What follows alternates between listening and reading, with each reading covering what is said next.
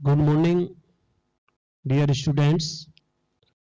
BSc part second के organic chemistry में अपन कार्बोनिल कंपाउंड्स का चैप्टर रेगुलर स्टडी कर रहे हैं और वहाँ पर अपन ने बहुत सारी बातें जान ली हैं, बहुत सारी बातें पढ़ ली हैं और ये अपन ने जाना है कि कार्बोनिल जो ग्रुप है वो रासायनिक अभिक्रियाओं के द्वारा कई प्रकार के रिएक्शन देता है, रासायनिक अभिक्रियाओं के द्वारा कई प्रकार के प्रोडक्ट देता है और कई रासायनिक अभिक्रियाओं का अपन ने स्टडी भी की है, जैसे reaction with ammonia derivative, HCN के साथ में, सोडियम बाइसल्फाइड के साथ में, एल्कोहल के साथ में, और उनमें कुछ स्पेशल जो नेम रिएक्शन हैं जैसे कैनिजारो रिएक्शन है, नोवेल जेल रिएक्शन है और एल्डोल कंडेंसेशन है। इनकी स्टडी अपन ने वीडियो के माध्यम से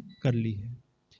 आज के जो वीडियो है उस वीडियो में जो नेम रिएक्शन अपन पढ़ने जा रहे हैं वो नेम रिएक्शन है विटिंग रिएक्शन और परकिन रिएक्शन। तो आज ये दोनों नेम रिएक्शन अपन पढ़ते हैं कार्बोनिल कंपाउंड के इस भाग में। तो देखिए,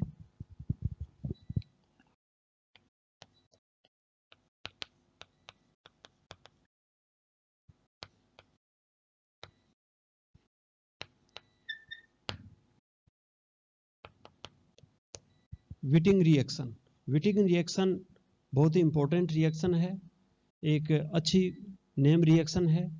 ये क्या होती है, किस तरीके से इसमें कार्बोनिल कंपाउंड्स हैं वो रिएक्शन करके उत्पाद बनाते हैं, ये सारी बातें इसके अंदर देखते हैं। यहाँ पर इसकी जो डेफिनेशन है, जैसे मैंने आपको पहले भी बताया है कि जब भी अपन नेम रिएक्शन देंगे तो पहले उसकी डेफिनेशन देंगे, फिर सिंपल रिएक्शन देंगे और फिर उसके मैकेनिज्म और फिर उसके एग्जाम्पल देते हैं। तो यहाँ पर जो इसकी डेफिनेशन है वो डेफिनेशन क्या होगी, देखिए इसको एक एग्जाम्पल के द्वारा इसकी डेफिनेशन बना लेते हैं अपन। तो देखना है इसमें C double bond O carbonyl compounds, और कार्बोनिल जो कंपाउंड्स हैं उसकी रिएक्शन अपन करवाते हैं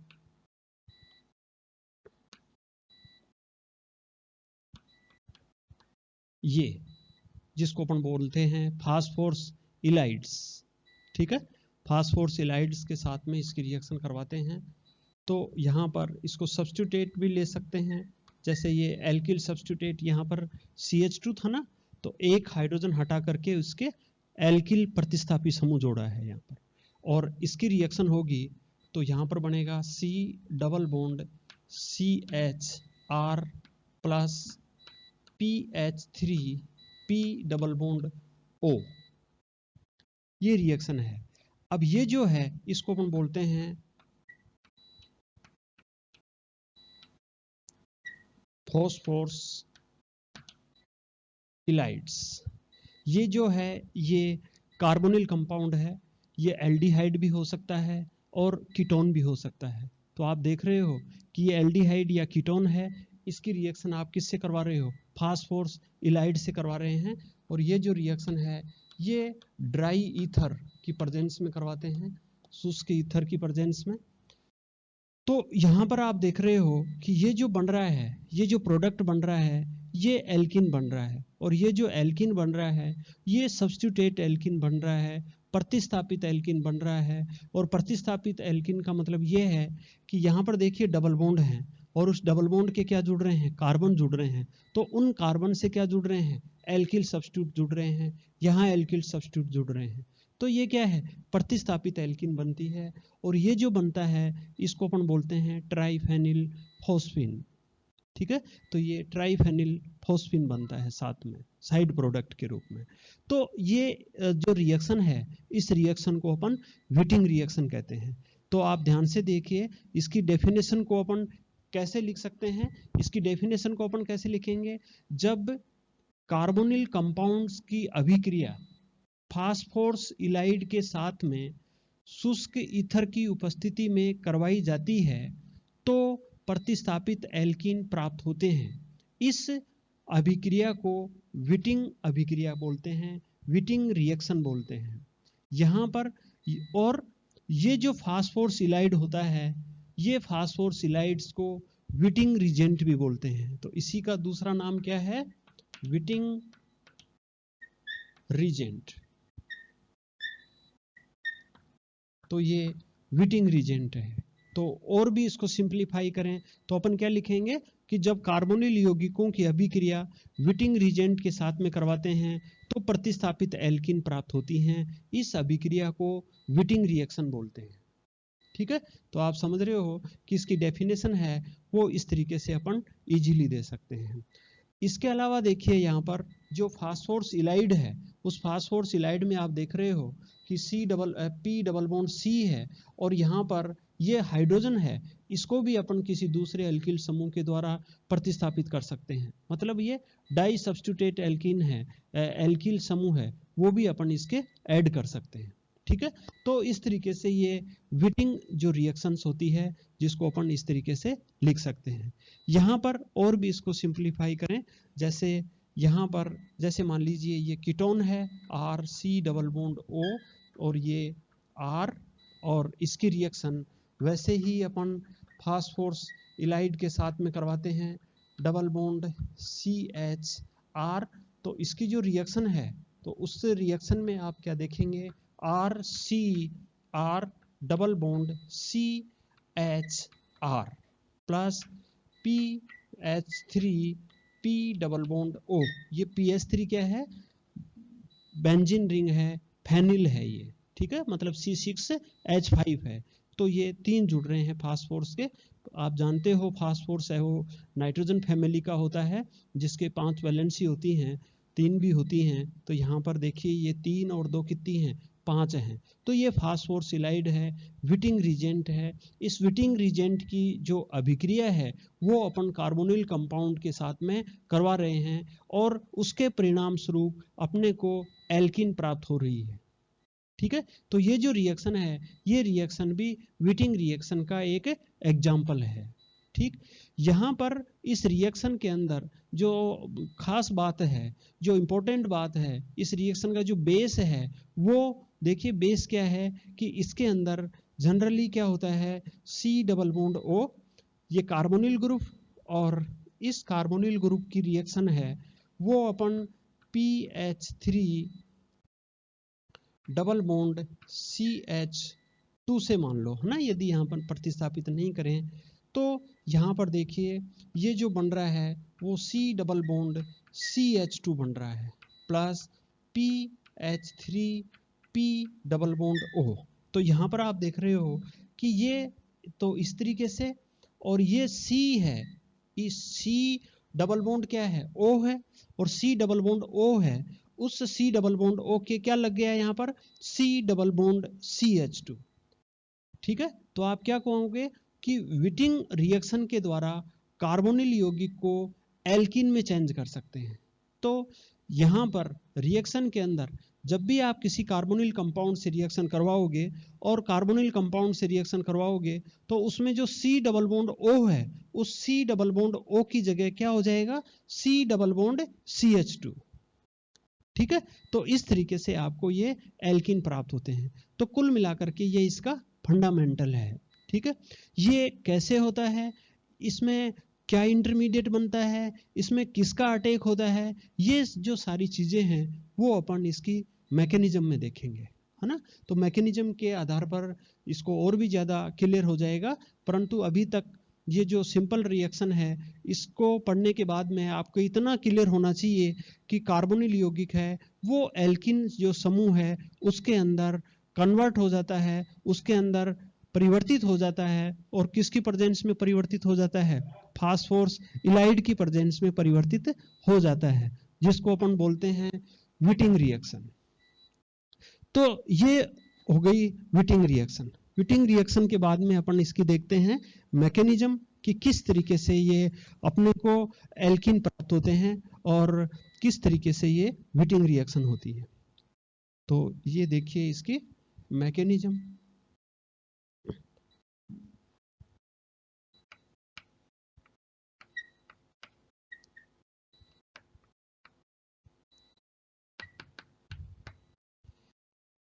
मैकेनिज्म, जो विटिंग रिएक्शन की जो मैकेनिज्म है वो 2 स्टेप में होती है, 2 स्टेप प्रोसेस है। और 2 स्टेप प्रोसेस में यहाँ पर देखिए, जैसे फर्स्ट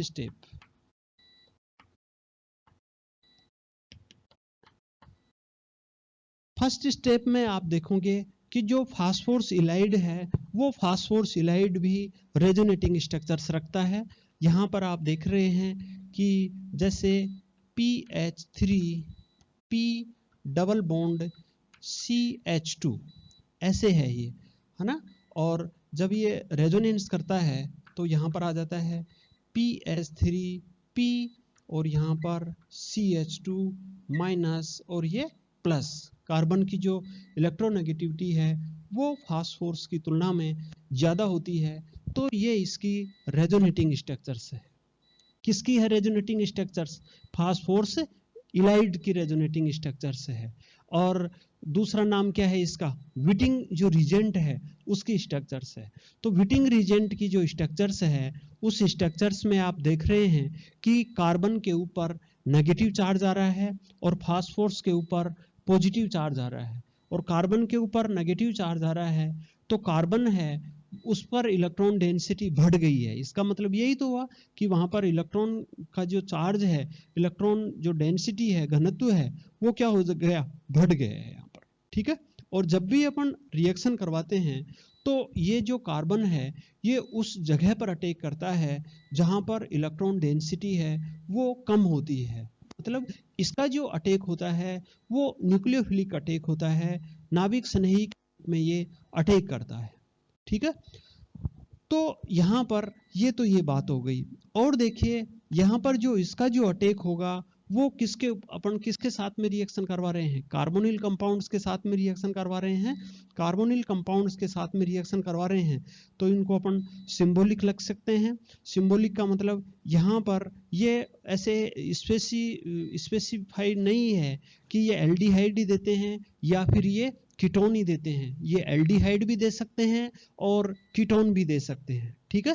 तो आप इस तरीके से इसको सिंप्लीफाई कर सकते हैं। किसी के 2 एल्किल ग्रुप लगा सकते हैं या किसी की एक जो वैलेंसी है वो हाइड्रोजन से सेटिस्फाई करके दूसरी वैलेंसी है वो एल्किल ग्रुप से सेटिस्फाई कर सकते हैं। ठीक है। मतलब कुल मिलाकर के कहने का मतलब ये है कि यहाँ पर एल्डिहाइड और कीटोन में कोई सा भी अपन ले सकते हैं। ठीक है। और ये जो इसकी रिएक्शन है वो अपन इससे रिएक्शन करवाएंगे तो ये इस तरीके से रहेगा, है ना। तो इसको अपन इस फॉर्म में ले लें, इस रेजोनेटिंग स्ट्रक्चर्स में ले लें तो PH3P और यहाँ पर ये CH2 माइनस, इसको ये देखिए, और ये इस तरीके से।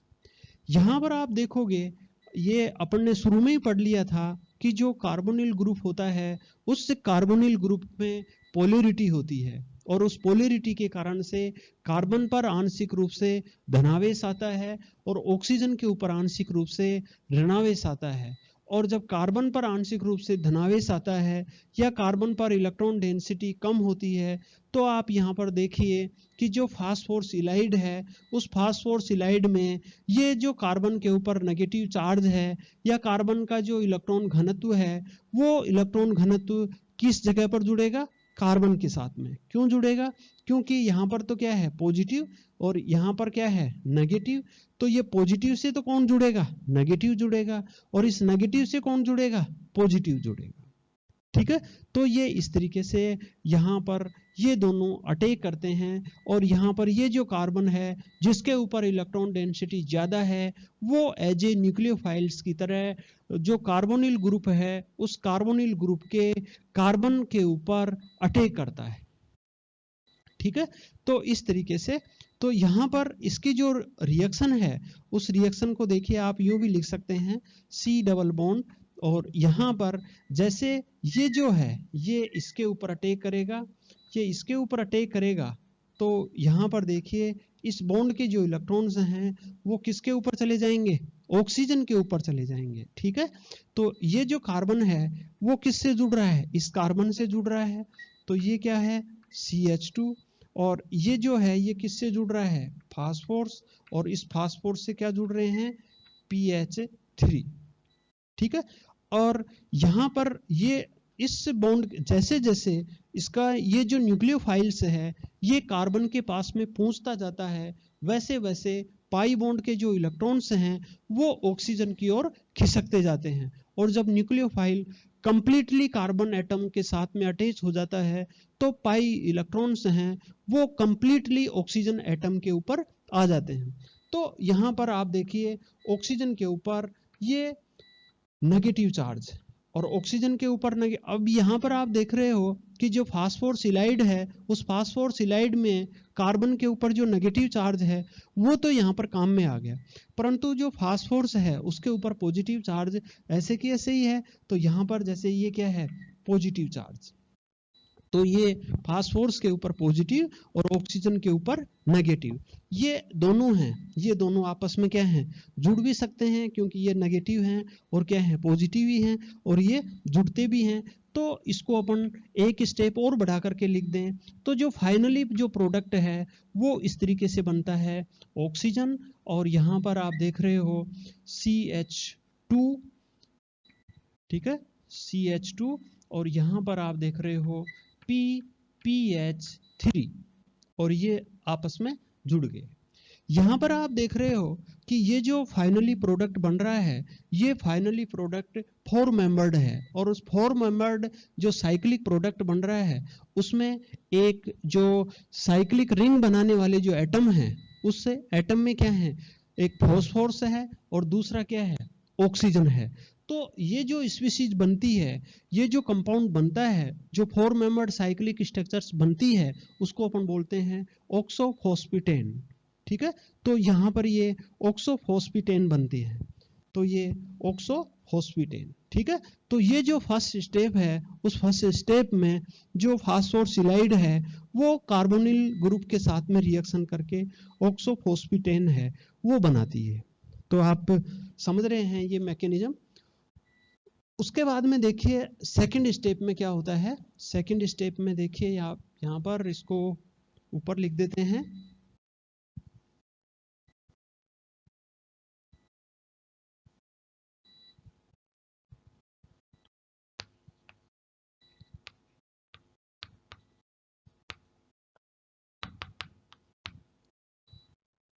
यहाँ पर आप ने जैसे अपन पढ़ते हैं कौन ये विकृति है, इस तरीके से अपन स्टडी करते हैं और आपने जैसे पढ़ा होगा कि जब भी कोई रिंग है उस रिंग के अंदर जितना ज़्यादा स्ट्रेन होता है उसकी स्टेबिलिटी है वो उतनी ही कम होती है। तो यहाँ पर आप देख रहे हो कि जो 4 मेंबर्ड रिंग होती है वो 4 मेंबर्ड रिंग है, उसके अंदर उसकी जो स्टेबिलिटी है वो वैसे ही क्या रहती है, कम रहती है। और कम होने के कारण से ये जो ऑक्सोफॉस्फेटेन बनता है ये तुरंत ऑक्सोफॉस्फेटेन है वो तुरंत क्या करता है कि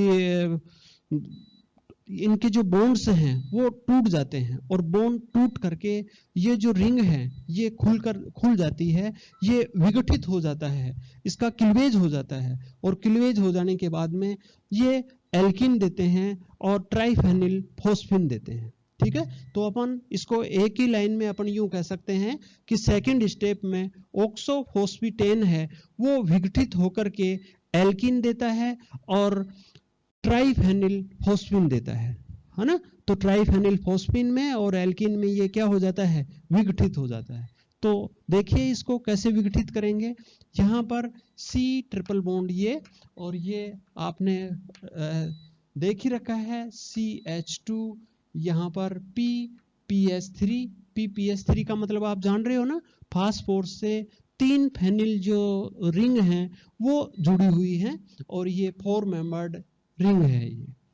उसके बाद में ये जो है इसको अपन अभी बताया कि है ना, ये इसकी स्टेबिलिटी है वो लेस होती है और लेस स्टेबिलिटी के कारण से ये तुरंत है ये विघटित हो जाता है और जब विघटित होगा तो ये इस तरीके से यहाँ पर ये और ये इस तरीके से। तो यहाँ पर आप देख रहे हो कि ये C, तो ये C और इसकी ये 2 वैलेंसी, यहाँ पर C और इस C के बीच में यहाँ पर क्या आ गया, डबल बॉन्ड, तो ये क्या बन गया CH2 प्लस यहाँ पर देखिए ये बॉन्ड टूट गया और ये बॉन्ड टूट गया और यहाँ पर फास्फोरस और ऑक्सीजन के बीच में डबल बॉन्ड फॉर्मेशन हुआ है, और डबल बॉन्ड फॉर्मेशन हुआ है तो यहाँ पर PS3P डबल बॉन्ड O, जिसको अपन बोलते हैं ट्राइफेनिल फॉस्फीन, और ये जो बन रहा है ये क्या बन रहा है, एल्किन बन रहा है। ठीक है, यहाँ पर आपको एक बात और विशेष ध्यान रखने की है कि यहाँ पर जो फास्फोरस इलाइड है उस फास्फोरस इलाइड के अंदर यहाँ पर डबल बॉन्ड अपन ने CH2 लिया है।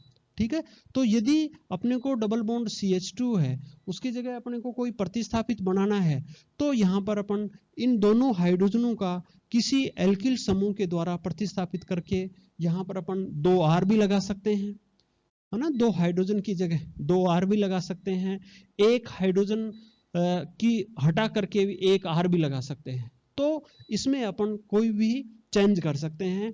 तो यहाँ पर जो डबल बॉन्ड के बाद में जो CH2 ग्रुप आ रहा है, ये यदि यहाँ पर 2 एल्किल होंगे तो इस 2 हाइड्रोजन की जगह भी 2 एल्किल होंगे, और यदि एक एल्किल होगा तो एक हाइड्रोजन की जगह एल्किल होगा। तो इस तरीके से कुल मिलाकर के जो यहाँ पर जो कंक्लूजन आ रहा है वो यही आ रहा है कि फाइनली है वो अपने को एल्किन प्राप्त होती है। ठीक है, तो इस तरीके से आप विटिंग जो रिएक्शन है उसकी मैकेनिज्म में आप देख रहे हो कि फर्स्ट स्टेप में क्या बनता है, फॉस्फोऑक्सीटेन बनता है, ऑक्सोफॉस्फेटेन बनता है, और सेकंड स्टेप में ऑक्सोफॉस्फेटेन है वो विघटित होकर के एल्किन देता है। तो इस तरीके से यहाँ पर फाइनली अपने को एल्किन प्राप्त होती है। ये ही विटिंग जो रिएक्शन है उसकी मैकेनिज्म है, और इसी मैकेनिज्म के आधार पर अपन विटिंग रिएक्शन के द्वारा बनने वाले प्रोडक्ट को इजीली समझ सकते हैं। ठीक है, उसके बाद में आप देखिए यहाँ पर कुछ एग्जाम्पल्स हैं जो विटिंग रिएक्शन को और ज़्यादा एक्सप्लेन कर रहे हैं। तो ये एग्जाम्पल हैं, ये आप स्वयं भी निकाल सकते हैं। यहाँ पर कुछ एग्जाम्पल्स यहाँ पर दे रहे हैं, तो देखिए इस एग्जाम्पल्स में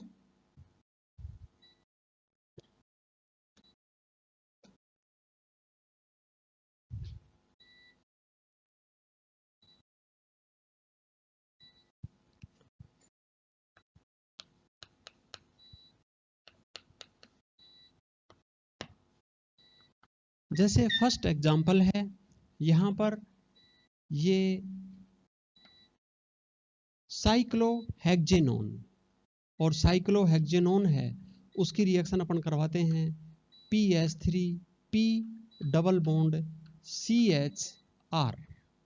ठीक है, और इसकी रिएक्शन है वो शुष्क ईथर की प्रेजेंस में होता है। तो यहाँ पर ये आप देखेंगे कि ये डबल बॉन्ड है ना, इस डबल बॉन्ड के ये लग जाएगा CHR, ये आपने पढ़ा है ना, ये अपन सीधा तो अपन ऐसे लिख सकते हैं ना।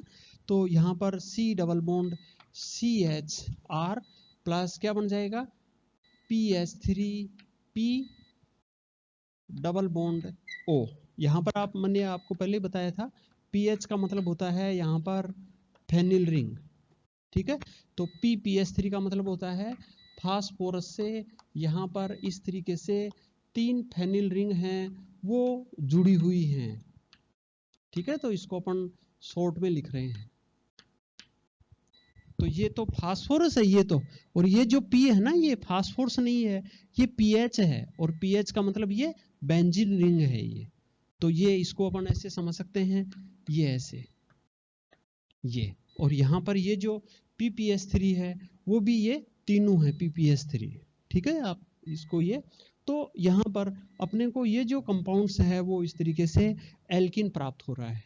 दूसरा एग्जांपल देखिए यहाँ पर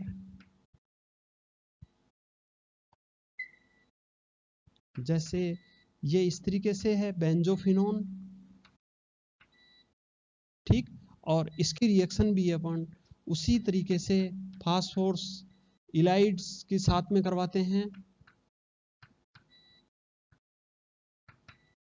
तो यहाँ पर क्या प्रोडक्ट बनेगा, यहाँ पर C डबल बॉन्ड, ये C है ना, इस डबल बॉन्ड के क्या लग जाएगा CHR CHR, और ये जो है इसके क्या लगा देंगे अपन फेनिल रिंग।